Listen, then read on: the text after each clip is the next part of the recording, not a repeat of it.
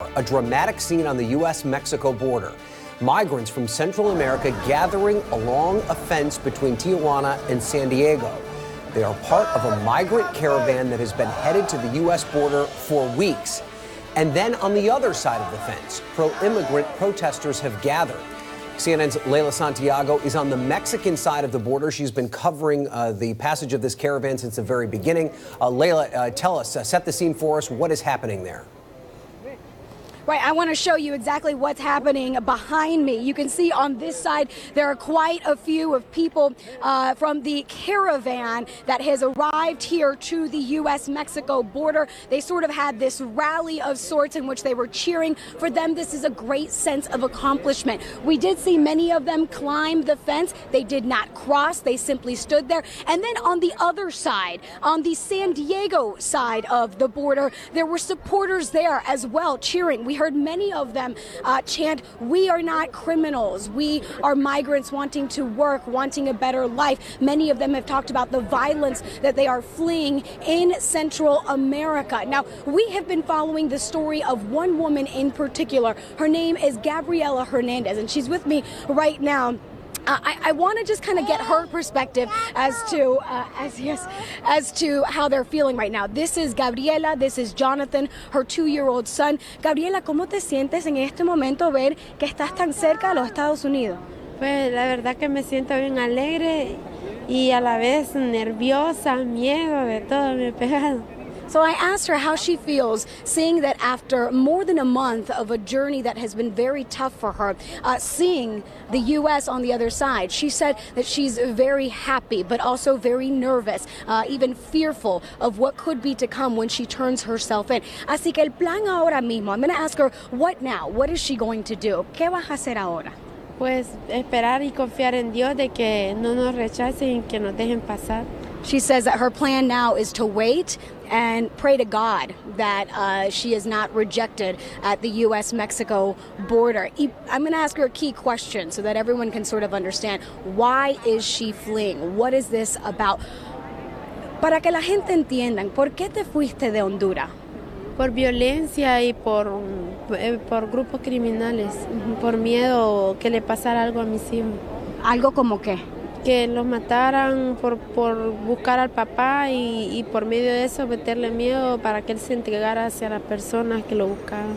So she's saying the reason she is fleeing, and since we followed her story, I will explain to you, she is fleeing because her children were threatened. Gangs in Honduras actually threatened to kill her child, and that is why she left. That is why she is going to the United States of America. Of course, we're continuing to follow her story. Y entonces, la esperanza para el futuro, I'm asking her, what's her hope for the future?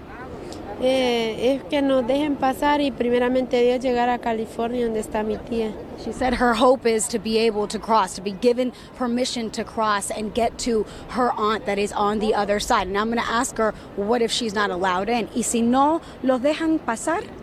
Ese es un miedo del que tengo, de que no nos vayan a dejar pasar y yo no puedo volver a mi país. Ahí sí no sé qué pasaría, la verdad. So she said that's her greatest fear, that she won't be able to leave because she says she can't go back to her country. Gabriela, muchas gracias. I want to explain to you what sort of the process is in going to the U.S. What this group will be doing, a group of about 100 to 200 migrants with this caravan. They plan to go to the port of entry and turn themselves in to seek asylum. I want to be very clear. That is a legal process. That is the legal way to do it. This group has been criticized by many for illegal actions. This group in particular, they plan to do this the legal way. Gabriela has even said that that is very important to her, to go to the United States in a legal manner seeking asylum. Now, many of the people in this caravan have also opted to stay in Mexico. They are seeking sort of the refugee status here in Mexico. But the common line among all of them is whatever happens, they cannot return to their home country, which for many is Guatemala, Honduras, as well as El Salvador. Central Americans who say if they go back, their life could be threatened. Central Americans, just like Gabriela and her 2 little boys. I should also mention Gabriela is pregnant. So for her, this has been quite the struggle, as I have watched her climb onto trains, more than 50 hours on buses, nights sleeping on the floor of a shelter, nights where she has given her children food as she herself battles hunger. And so one of the things that she often talks about is that people say to her, you know, why are you going to the U.S.? And she often says, a lot of people think I just woke up and said, this is what I want to do. But for her, this is a matter of survival. What will happen in a matter of hours when they go to the port of entry seeking asylum is the big question. What will the United States permit? Already we have heard the Attorney General as well as the President and Department of Homeland Security say that they plan to send a lot more attorneys, have judges on hand to be able to adjudicate these cases, to be able to process them quickly. But that uncertainty is still very much alive and creating the fear for these migrants, just like Gabriela.